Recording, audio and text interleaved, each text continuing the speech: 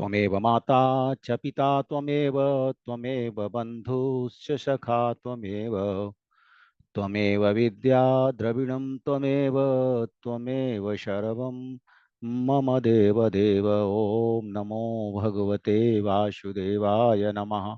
ॐ नमो भगवते वासुदेवाय नमः। ॐ नमो भगवते वासुदेवाय नमः। देवियों एवं सज्जनों, गोस्वामी तुलसीदास जी महाराज द्वारा रचित श्री रामचरितमानस के कतिपय व्यवहारिक प्रसंगों की श्रृंखला में अपना मंतव्य प्रस्तुत करने हेतु आप सबके समक्ष समुपस्थित हूं। मानस प्रणेता गोस्वामी तुलसीदास जी ने त्रेता युग के महानायक मर्यादा पुरुषोत्तम प्रभु श्री राम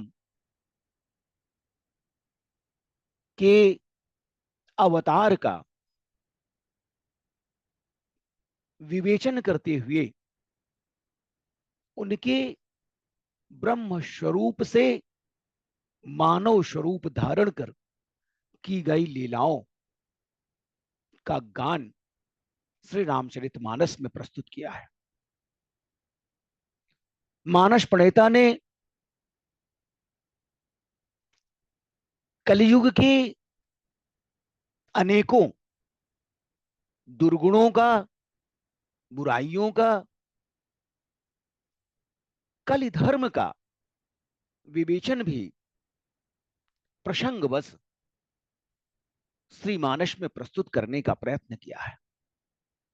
गोस्वामी जी ने इस महान ग्रंथ में अनेकों ऐसे प्रकरणों का उल्लेख भी किया है, ऐसे अनेकों संदर्भों का भी उल्लेख किया है जिनको यदि हम अपने जीवन में आत्मसात कर सकें, जिनसे हम अपने जीवन में यदि प्रेरणा ले सके, तो हमारा जीवन, मानव जीवन सार्थक हो सकता है। गोस्वामी जी महाराज ने कलयुग के गुण धर्म का बखान करते हुए कलयुग की अनेकों अच्छाइयों एवं बुराइयों का स्पष्ट विवेचन प्रस्तुत किया है। गोस्वामी जी महाराज ने श्री रामचरितमानस में काकभूषुंडी और गरुड़ के संवाद का वर्णन करते हुए कहा है, सुनु खगेश कलि कपट हठ दंभ द्वेष पाखंड मान मोह मारा दिमद व्यापी रहे ब्रह्मांड तामस धर्म करहि नर जप तप व्रत मखदान देवन बर सही धरनी बे न जामहि धान। परम विद्वान काग स्वरूप धारण किए श्री काकभूषण जी महाराज गरुण जी से कहते हैं कि हे गरुण जी, इस कलयुग में कपट, दंभ, पाखंड, दुराग्रह, द्वेष, मान, अभिमान, अहंकार, मोह, काम, क्रोध, लोभ संपूर्ण ब्रह्मांड में व्याप्त है। इन मानसिक बुराइयों से मनुष्य के अतिरिक्त अनेक मानवेतर प्राणी भी ग्रसित है। यहां तक कि देवता भी कलियुग के प्रभाव से अछूते नहीं है। पृथ्वी पर मनुष्य जप तप, यज्ञ, अनुष्ठान, व्रत, दान इत्यादि धार्मिक कार्य तामसी भाव से करने लगे हैं। इन कार्यों में, धार्मिक कार्यों में सात्विकता का लोप हो चुका है। अनेकों धार्मिक कृत्य मात्र अपनी इच्छा की पूर्ति के लिए संपादित कराए जाने लगे हैं। प्रकृति का भी आचरण प्रतिकूल हो गया है। वर्षा के देवता इंद्र पृथ्वी पर जल वृष्टि नहीं करते तथा बोया हुआ अनाज उगता ही नहीं है। यह कलयुग की गुणधर्मिता है, जहां अनेकों कृत्य परस्पर विरोधाभासी होते जाते हैं।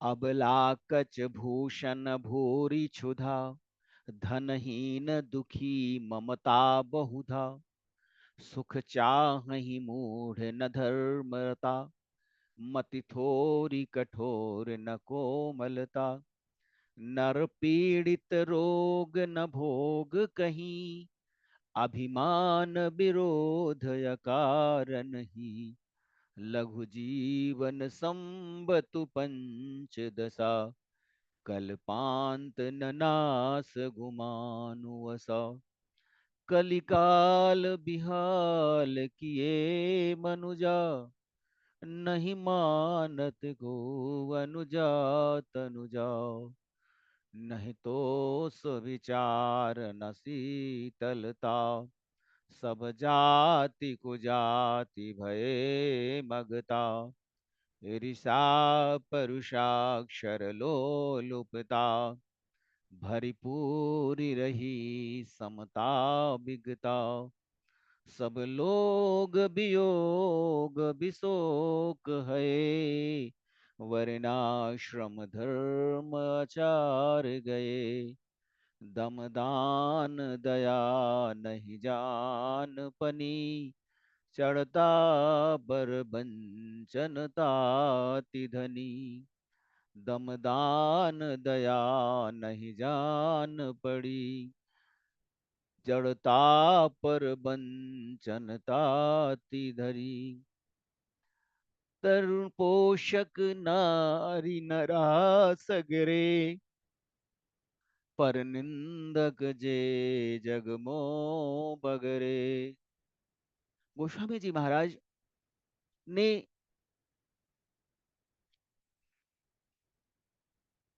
काकभूषुंडी एवं गरुण जी के मध्य हुए संवाद को उद्धृत करके कलयुग के अनेकों विकारों का, अनेकों बुराइयों का विवेचन किया है। अनेकों बुराइयों को समाविष्ट करते हुए मानव मात्र को चेतावनी दी है। मानव मात्र को उन बुराइयों से, उन दोषों से, उन पापों से दूर रहने की सलाह दी है। कलयुग में नारियों के शरीर में कोई विशिष्ट आभूषण नहीं रह गए हैं, केवल बाल ही उनके सुंदर आभूषण हैं। वह लंबे बाल रखकर खुले केसों से सहज ही जनमानस को आकर्षित करने का यत्न करती है। वह सदैव अतृप्त रहती है। उनकी मानसिक अवधारणा सदैव कुछ न कुछ प्राप्त करने की रहती है। वह सदैव अनेकों प्रकार की भूख का अनुभव करती है। वह धन की कमी तथा अनेक प्रकार की ममता से ग्रसित होने के कारण दुख का अनुभव करती है। धन पर्याप्त रहने पर भी वह सदैव अभावग्रस्त अनुभूति करती है। वह सदैव अन्य स्त्रियों से अपनी तुलना करती है। इनमें संतोष की कमी है। वह मूर्ख स्त्रियां सदैव सुख की कामना करने वाली है, किंतु धर्म के प्रति उनमें कोई आस्था ही नहीं है। इनके विवेक एवं बुद्धि की क्षीणता अनवरत होती जा रही है। स्त्रियों में कोमलता, सुशीलता, दया, क्षमा की भावना प्रायः समाप्त होती जा रही है तथा वाणी एवं शरीर में कोमलता के स्थान पर कठोरता एवं पुरुषोचित लक्षण दृष्टिगोचर होने लगे। मनुष्य प्रायः अनेकों रोगों से ग्रसित है। शारीरिक रोगों के साथ साथ अनेक मानसिक विकारों से भी ग्रसित होकर मनुष्य सदैव दुख एवं हीन भावना से ग्रसित है। उन्हें सुख की अनुभूति ही नहीं हो रही है। अकारण ही अहंकार व विरोध करने की प्रवृत्ति विकसित हो चुकी है।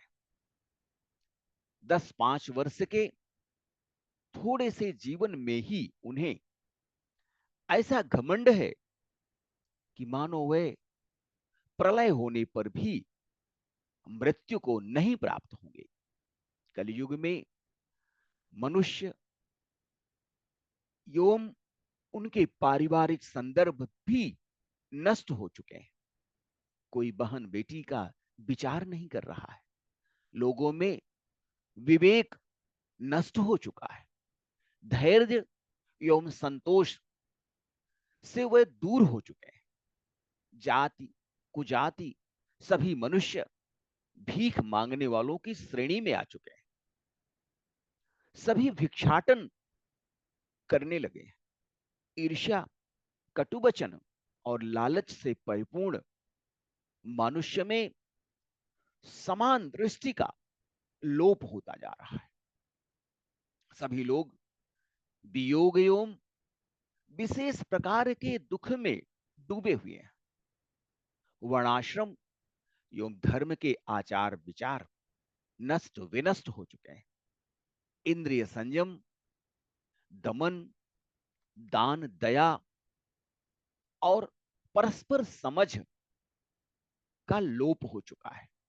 मूर्खतापूर्ण आचरण व दूसरों को ठगने की प्रवृत्ति अत्यधिक बढ़ चुकी है।